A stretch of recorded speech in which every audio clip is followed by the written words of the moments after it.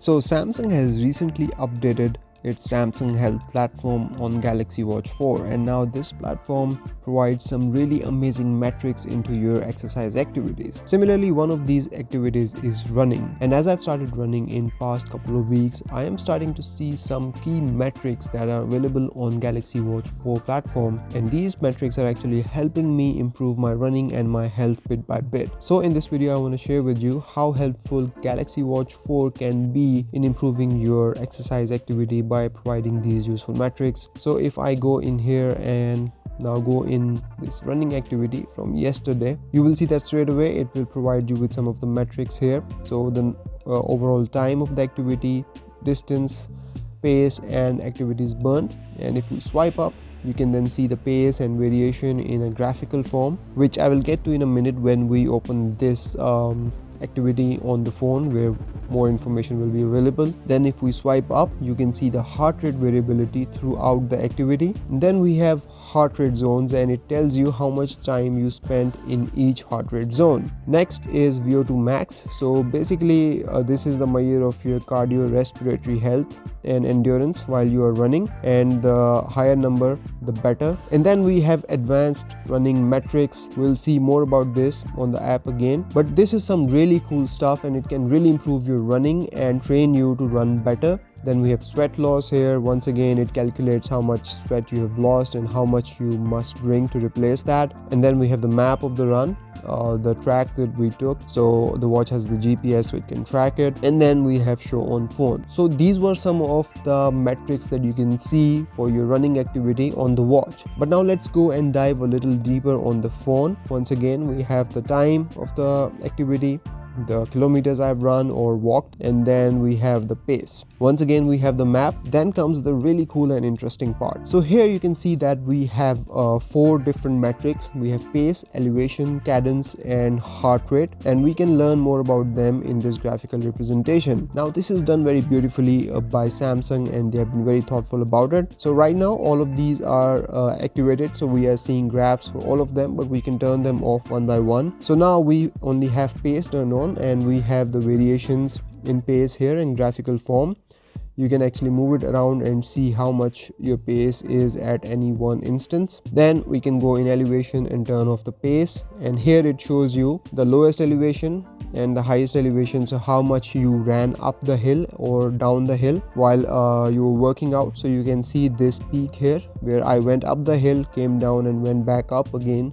So it recorded that beautifully. The fact that you can see all of this stuff just from putting that watch on your wrist about your activity gives you a lot of awareness, and you can improve once you have awareness of something. Then we have cadence, which is basically the number of steps you have taken per minute. So average cadence. Then we have maximum cadence. Then we can go to heart rate, and you can see the heart rate variability here as well, average heart rate and maximum heart rate. So you can see this in graphical representation. This gives you a ton of information about your activity. Moving on, we have heart rate zones. So if you don't know what these heart rate zones are, you can tap this I button, which is the information button, and you can go here and learn more about these zones, where you go from low intensity workout zone to weight control zone to aerobic, and then anaerobic, and then maximum zone.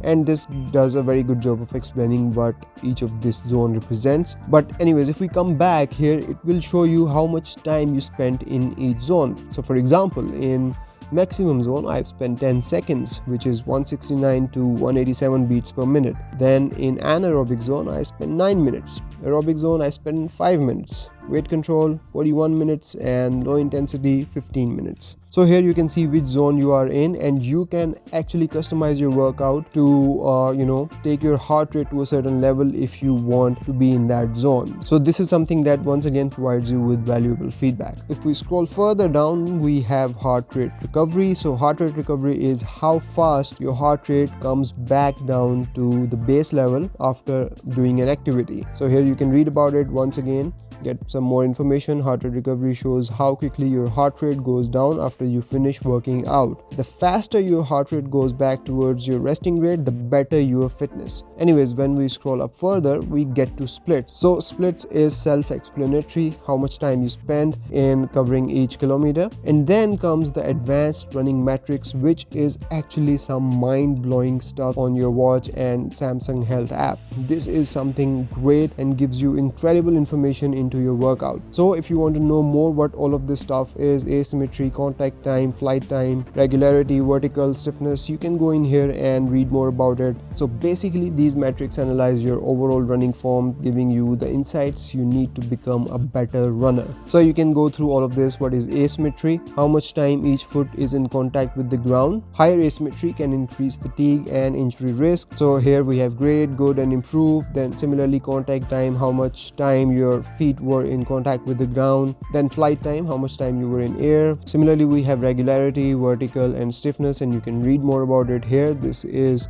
fantastic explanation with graphics as well, so does a very good job of explaining things. Then you can come back and see where you are in all of these sections. So asymmetry, I'm at drills, I need to improve.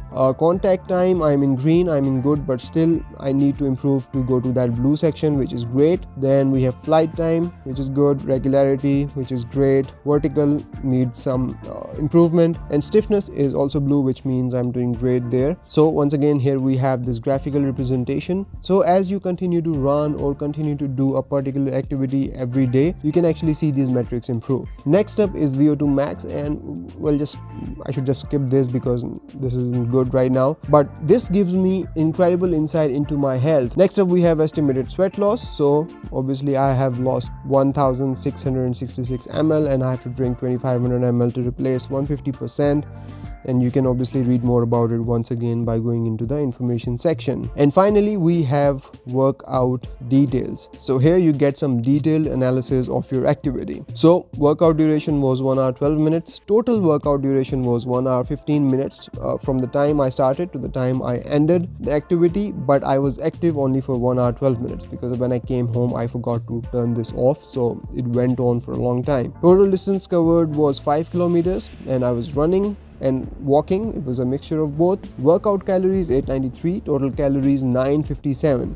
So you can actually learn more about the difference between them. Is workout calories is calories burned during active exercise, and total calories burned during the entire workout including rest periods.